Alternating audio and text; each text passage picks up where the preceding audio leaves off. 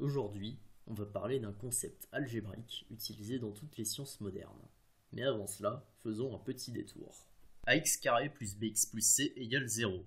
Les équations de ce type sont appelées équations de degré 2 en raison de la valeur de leur plus grande puissance. Le discriminant de cette équation, que l'on note delta égale à b carré moins 4ac, permet de trouver les racines de ce polynôme, autrement dit, les valeurs x qui l'annulent. Les méthodes de résolution de ces équations de degré 2 étaient connues des Babyloniens et on se demandait depuis s'il existait des formules similaires pour résoudre les équations de degré 3. C'est le mathématicien italien Jérôme Cardan qui arrive à trouver de telles formules au XVIe siècle. Et à la même époque, un collaborateur de Cardan, du nom de Ludovico Ferrari, trouve également une méthode pour résoudre les équations de degré 4 en se ramenant à celles de degré 3. Par la suite, des savants se sont évertués jusqu'au XIXe siècle à chercher un équivalent de telles méthodes pour résoudre des équations de plus grand degré. Réfléchissons à cette question.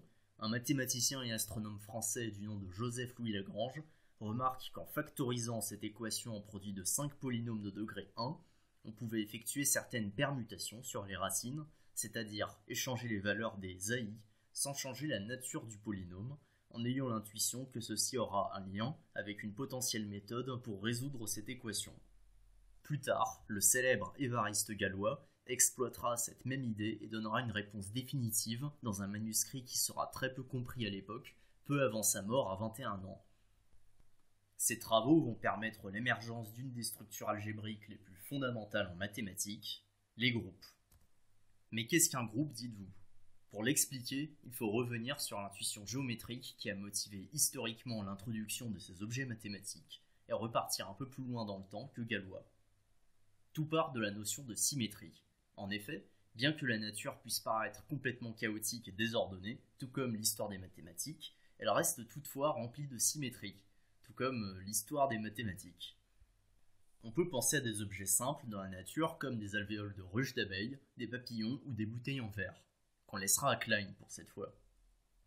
On remarque qu'en faisant une réflexion selon un axe, on obtient exactement le même objet. On dit que ces objets sont invariants par rapport à une certaine action qui lui est imposée, en l'occurrence une symétrie axiale. Si on prend maintenant toutes les transformations qui laissent invariant un objet, on pourra parler d'une action d'un certain groupe de transformations sur cet objet, ou plus généralement sur un ensemble mathématique abstrait. Prenons un cas pratique très simple, le triangle. On voit facilement qu'un triangle peut se représenter par un ensemble de 3 points dans le plan. Prenons un triangle équilatéral et numérotons ses sommets de 1 à 3. Prenons maintenant l'ensemble des transformations géométriques qui laissent invariant ce triangle équilatéral. Listons ces transformations. On a tout d'abord les symétries axiales par rapport aux médiatrices de chaque côté. Ici, la symétrie verticale échange les sommets 2 et 3. Ensuite, la symétrie d'axe passant par le sommet 3 échange les sommets 1 et 2. Et vous l'avez compris, la symétrie d'axe passant par le sommet 2 échange les sommets 1 et 3. On peut ensuite effectuer une rotation de 120 degrés dans le sens horaire, c'est-à-dire le sens indirect en mathématiques, ce qui va permuter tous les sommets de façon circulaire. Et on peut également effectuer une rotation de 120 degrés dans l'autre sens, le sens anti-horaire, ce qui va permuter tous les sommets dans l'autre sens. Et enfin, on peut ne rien faire. Ceci donne exactement 6 transformations qui laissent invariante le triangle. Et on vérifie assez facilement que ce sont les seules, c'est-à-dire qu'en les composant entre elles, vous allez forcément retomber sur une de ces 6 transformations. Ces 6 transformations forment un certain groupe qui agit sur l'ensemble des sommets du triangle. On l'appelle le groupe diédral et on le note D6. Éloignons-nous maintenant de la représentation géométrique. On peut simplement prendre un ensemble de 3 valeurs numériques, 1, 2, 3, et étudier les différentes façons de les échanger. On peut tout d'abord échanger les valeurs 1 et 2, ce qui va laisser fixe la valeur 3. Mais on peut aussi échanger 1 et 3, ce qui va fixer 2, ou 2 et 3, ce qui va fixer 1. Et, de la même manière que pour le triangle, on peut permuter toutes les valeurs de façon circulaire.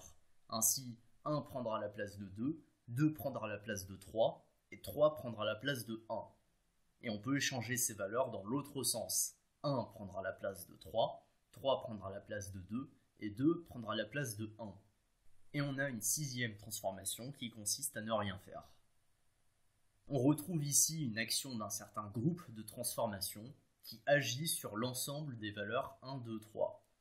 On l'appelle le groupe symétrique et on le note S3. En effet, on peut déterminer de façon exacte le nombre de permutations possibles entre ces trois valeurs. Ceci revient en fait à connaître la position de chaque chiffre dans une nouvelle configuration. Notons donc sigma de i la position de i, où i est un chiffre entre 1 et 3. Et partons du chiffre 1 pour commencer. On a trois possibilités pour savoir quelle position il va occuper. La position 1, 2 ou 3. Si on le place en position 2, pour le chiffre 2, il ne reste plus que deux autres possibilités. Le placer en position 1 ou en position 3. Et pour le dernier chiffre, il ne reste plus qu'une seule possibilité. Ceci donne un total de 3 fois 2 fois 1, c'est-à-dire 6 permutations possibles. On est donc assuré que ce sont les seules. Mais si on revient un instant sur le cas du triangle, on avait dit qu'on avait 6 transformations qui consistaient en 3 symétries, 2 rotations et une action qui ne fait rien. Et ici on a exactement la même chose mais avec des permutations de 3 valeurs.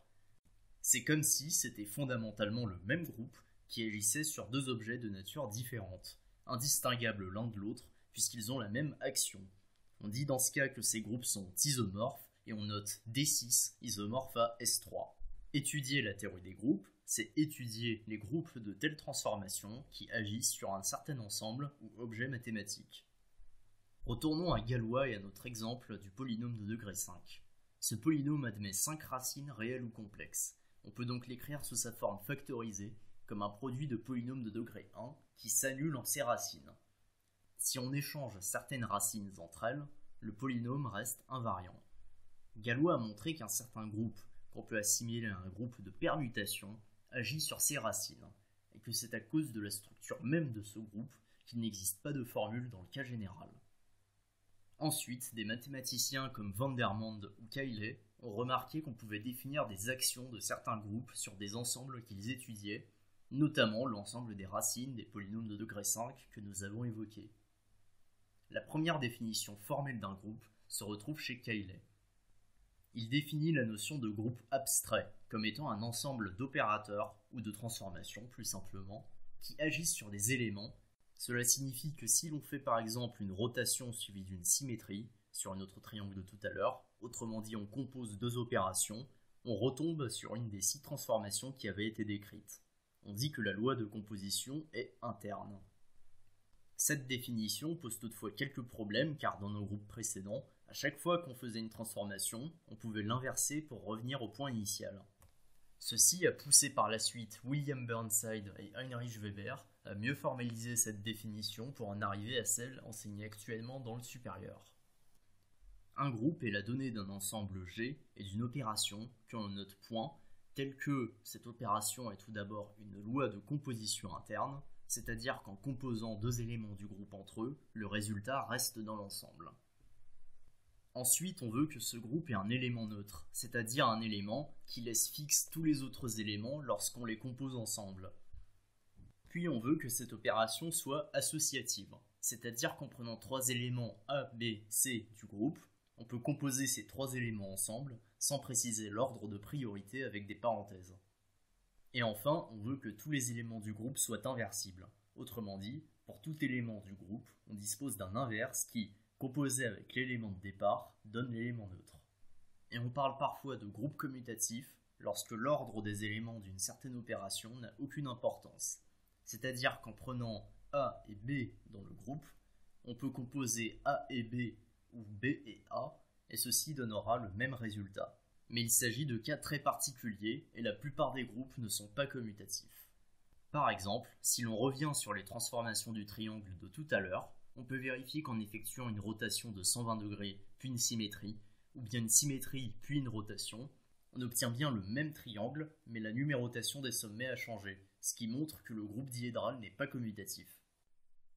Pourquoi adopter un tel point de vue? Car ceci formalise ce qu'on a vu précédemment avec des transformations qui agissaient sur un ensemble que l'on pouvait composer entre elles de façon associative et où on pouvait éventuellement décider de ne rien faire.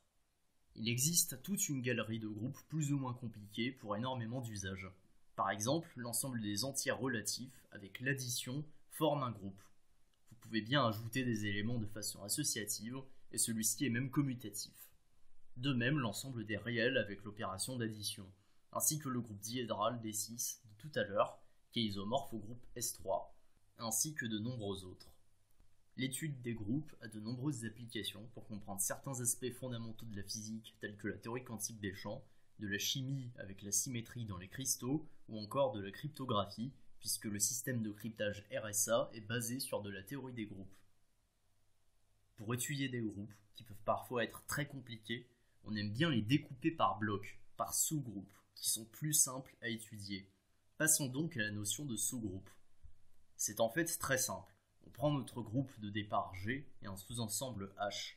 Eh bien, H est un sous-groupe de G s'il est lui-même un groupe. Un théorème assez important sur les sous-groupes est le théorème suivant, dû à Lagrange, que nous avons vu précédemment. Il dit que si on note M le nombre d'éléments de H et N le nombre d'éléments de G, alors M divise N. Cela signifie que le nombre d'éléments d'un sous-groupe divise toujours le nombre d'éléments total du groupe. Nous n'avons donc pas une infinité de choix pour les sous-groupes. On arrive ainsi à relier une propriété arithmétique d'un groupe fini, qui est son nombre d'éléments, avec celui de ses sous-groupes, ce qui permet de le découper et de l'étudier plus simplement, puisque cette propriété de divisibilité restreint le nombre de sous-groupes possibles. En conclusion, la théorie des groupes est l'étude des groupes de transformation qui agissent sur certains ensembles. C'est aujourd'hui un domaine incontournable en mathématiques et aux applications variées en informatique, en chimie et en physique théorique. La grande problématique en théorie des groupes est de les classifier, c'est-à-dire de les ranger par famille avec des propriétés communes et les décrire tous entièrement.